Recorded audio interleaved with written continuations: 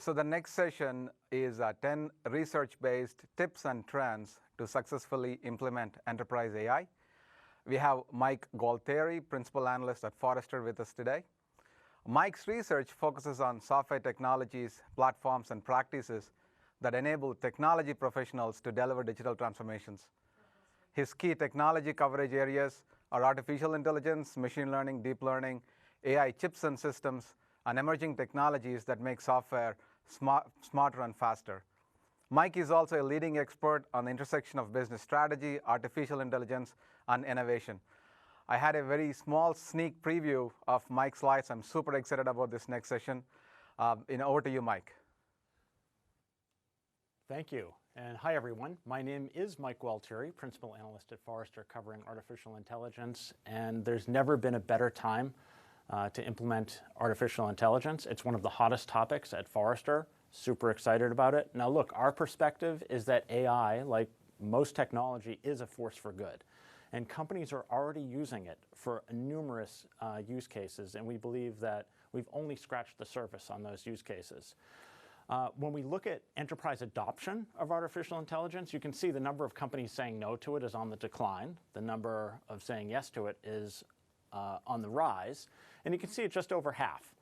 Now, we don't define what artificial intelligence is when we do this survey, but we do expect that nearly every enterprise will use AI in one form or the other in the next 5 years. We love AI.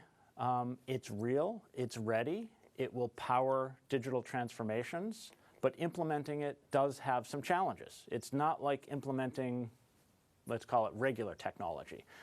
So what I'd like to do is go through some of the research-based advice, implementation advice that we've seen at enterprises successfully implementing enterprise AI, and specifically enterprise AI. So the first one is to set high but pragmatic expectations for AI. It's still a problem that people don't, they keep talking about the definition of AI. Now, you probably have your own definition and are well versed in it, but this might be helpful in how to explain AI to some of your colleagues. Now, we recognize two types of AI, pure and pragmatic. Pure AI, that's the sci-fi stuff. So we aren't close to this, okay? We might be closer, but we're not on the precipice of pure AI. So when people start thinking of pure AI and the stuff in the sci-fi, that's not where we are. Rather, what enterprises can and are doing is pragmatic AI. Pragmatic AI is narrower in scope in that it's intelligence about one particular thing, but it often exceeds human intelligence because it's based upon data. Case in point, Watson beat the Jeopardy champion. So we were able to build an AI system that beat the Jeopardy champion. We're able to build AI systems that predict when machines are going to fail. Google built an AI system that beat the Go champion. So set high expectations for it, but it's not about pure AI. It's about pragmatic AI, and never, ever forget that a huge prerequisite to this is data, and we'll talk about more of that later. So it's very common for people to talk about AI and machine learning in the same breath. I do it as well. But AI is not one technology per se. We believe it consists of one or more building block technologies. So all of the technologies you see here aren't necessarily needed. You could just have one machine learning model, and that's AI. But front and center here are the data technologies, machine learning, and a branch of machine learning called deep learning. These are the technologies that enterprises are being successful at. And the way to think about machine learning is they analyze data that will make predictions, make a decision, or identify a context. So step one, make sure everyone's on the same page in terms of pragmatic AI versus pure AI. Because then if you're talking about pragmatic AI, you're going to be having pragmatic discussions over actual use cases. Which brings me to the next, our next advice, which is look at all the use cases. It was very common for people to call us at Forrester and want to talk about AI, and then you get on the phone with them and they want to talk about chatbots. Well, that's one use case, but there's many, many use cases. And if you think about it, there's as many use cases as there are business processing and customer experiences. We've got some data here that shows that enterprises agree. These are very significant agree and strongly agree.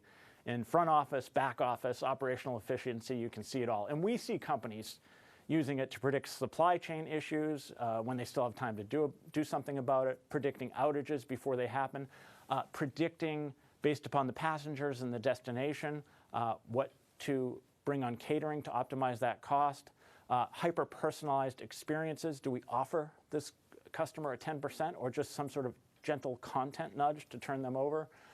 Provide a personalized consultation through sometimes chatbots, but sometimes information, and even in-store hyper-personalizing customer experiences.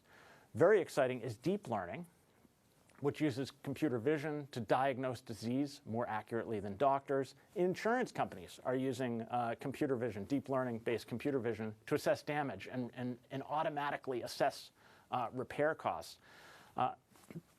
The use cases are countless. So there's thousands of those use cases. So when you're looking at those use cases, choose multiple of those use cases in the same way a VC might choose a startup. And the reason for that is that machine learning doesn't always work because you might not have the right data. So you don't want to go down a path where you're implementing and it doesn't work. So what does a VC do? Well, they do diligence. They invest in 12 companies, believing that they're all going to be great successes. But a couple of them will be great successes. Statistically, the others may not. So look at the broad number of use cases in your organization.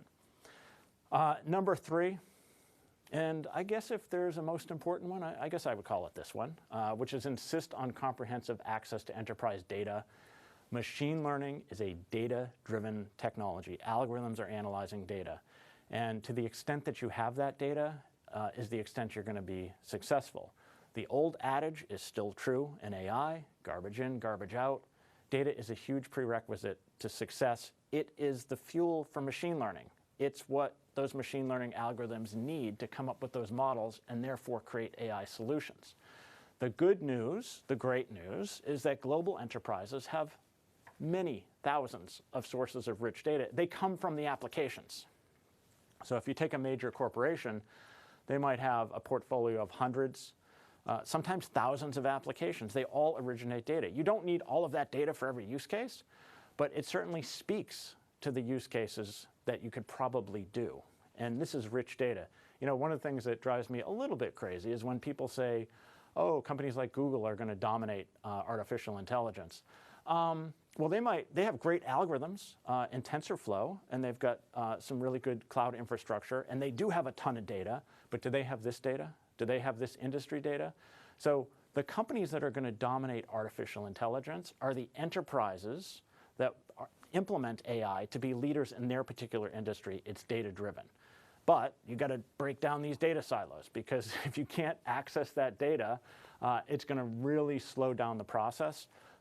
It's one of the #1 complaints of data scientists that they can't get the data they need.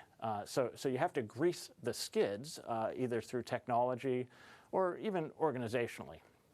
One of the things we see companies doing to be successful here is they're organizing data engineering teams. So the data engineering team is on the left here. They are responsible for data acquisition, data preparation, and they're essentially handing the data on a silver platter to the data scientists, so the data scientists can do what they can do best, which is feature engineering and modeling, actually, using machine learning algorithms to do that.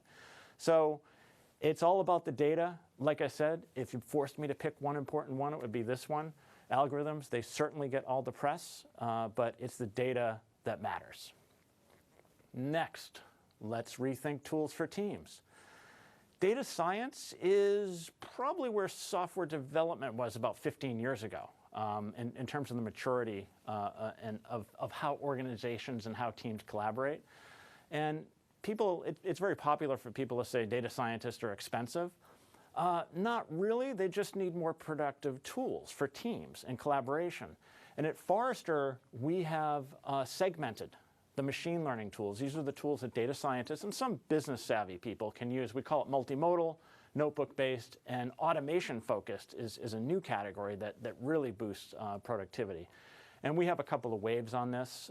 You can see that this is the multimodal. You can see some interesting vendors in there. Some new vendors are also in there. These are the most sophisticated of the tools. They have many different ways of building models, including coding, including visual drag and drop.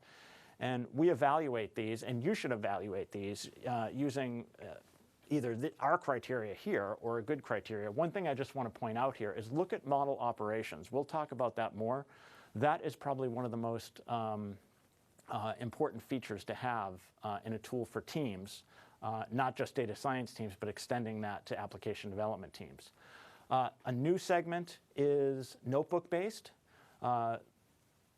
Most of the innovation occurring in open source is in the form of libraries such as TensorFlow, scikit-learn, et cetera. And a lot of that is accessible through Python or R. So notebook-based, such as open source Jupyter, those are very interesting tools as well. And the commercial vendors here, okay, because you don't see a name Jupyter or you don't see RStudio, but the commercial vendors here, they actually add collaborative tools so that data science teams can be more productive. So if you are using Python and R, if you do have coding data sciences, consider one of these tools.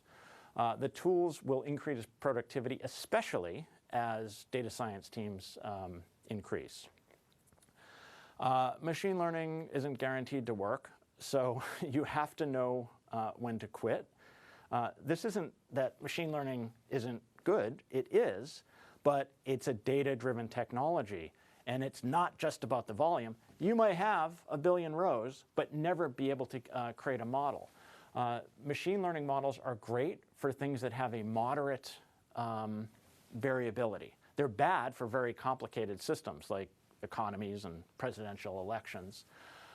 So that's why you have to identify more than one use case. We've seen organizations go down the path. They just pick one use case. They're excited about it. Data scientists can create models in parallel, and that's exactly what you should do. If the data is not working, then you need to move on, and hopefully you have another project in parallel that you're working on. Now, productivity is is important.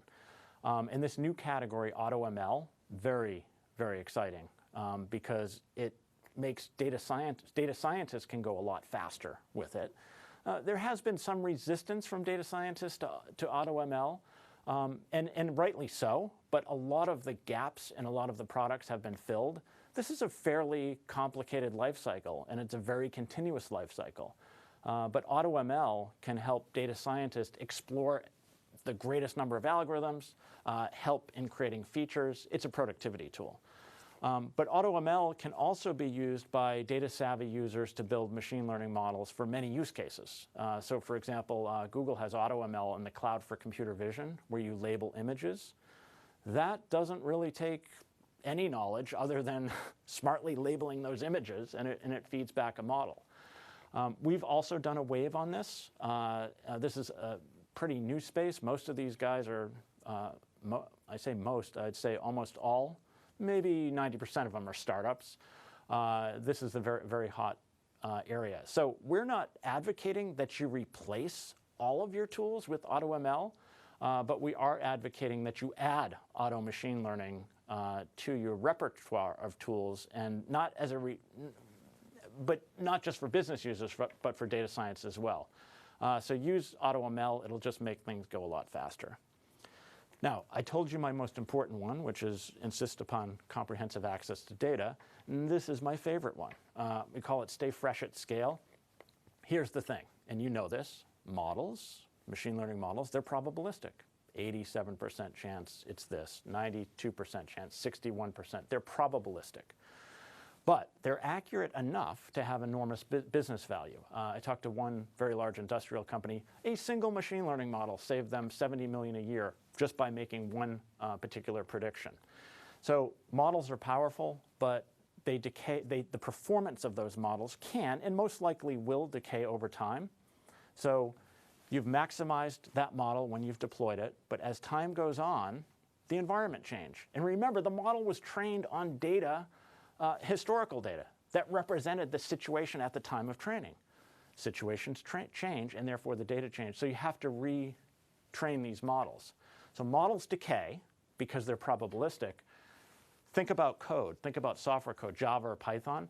That code, once deployed, is deterministic. It will run as written every single time. There might be bugs, but it's going to run as written. Models have to be retrained, And oftentimes you want to remodel them because you might introduce some new data that you think it's going to be more accurate. So models must continuously be retrained with new data. And here's why it's my favorite, because I love infrastructure as much as I love AI. And that's because, think about it. If you have to keep retraining the model, every time you train that model, whatever infrastructure you use to train that model originally must be available in perpetuity, right? It doesn't have to be sitting there, but it has to be available every time you retrain it. So if you're retraining a model every week, you have to spin up that you have to be able to spin up that infrastructure to retrain that model. If you're doing it with one model, no biggie. But when you start to scale, and now you have 100 models, 1,000 models, whoa, multiplicative. So that's pretty interesting. I guess we now know why cloud companies are so excited about this as a workload. So make sure that your models stay fresh in production. Now, getting them into production is a whole other factor. And there's something we call model ops, model operations. Some people call it ML ops, machine learning operations. But this helps you deliver models and keeps them fresh into applications.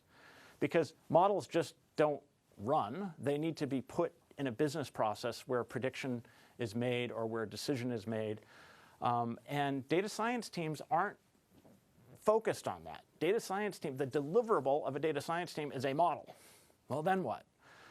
We've got this entire process here. So really think about the notion of a model ops or ML ops engineer and the role that that person has in terms of the business requirements for the larger application and business process, and ultimately for DevOps to ops in production. So do model ops, but integrate it with a DevOps team. Now, I've been talking about models, and a model represents an AI capability, but how can we use models in conjunction with each other? Look at this picture and listen to what I say. This machine can recognize speech. It's not going to talk back. You recognize this as Alexa. This machine can recognize speech. You hear me? This machine can recognize speech. This machine can recognize speech. This machine can recognize speech. This machine can recognize speech. This machine can recognize speech. This machine can recognize speech. You see that? So on the left, you heard what I said, and on the right, you heard what I said. It was the same thing. But now when you see these two together, you get it, right? You get it. And what's interesting here is we have our vision. So by having additional context, we're able to understand what is actually being said. So the implication for AI is that if we start combining multiple models, it significantly boosts the accuracy and smartness of our AI. And it's very popular to say, keep the humans in the loop. I think that's partially popular because of fears of maybe technology taking jobs. But we believe, and we've seen from the enterprises, that we have to keep humans in the loop. And the reason for that is that the AI solutions, they are very much like us. They are not perfect. They're probabilistic. Little trick. You don't have to do what the model tells you to do. So there's lots of hand-wringing going on. Well, what if the model, what if it is 89% accurate, but in any particular case it has a false positive? Well, you don't have to do that. You don't have to do what the model tells you to do. So, for example, you may create a machine learning model which it's a beautiful model. It takes into a lot of factors about how to make a loan decision. But you may have some executives that say, I don't care what the model says. I'm never going to make $1 million loan based upon what a machine learning model says. That's fine, because you can actually add code and encode human expertise into your application. So don't think about models and that they have to be as accurate as possible, because you can add business logic. You can add human expert rules to govern those rules. So AI is great because it can add intelligence to business processes and customer experiences. Ultimately, what it does is it scales intelligence. It's very difficult for a large organization to gain intelligence about its industry, about its organization, about its customers. It scales intelligence. But to do that, you're going to have to create models for as many use cases as you can. And when you scale that intelligence, it lets you scale your enterprise. So I hope you find these 10 tips useful in your implementation, and I certainly appreciate your time. Thank you.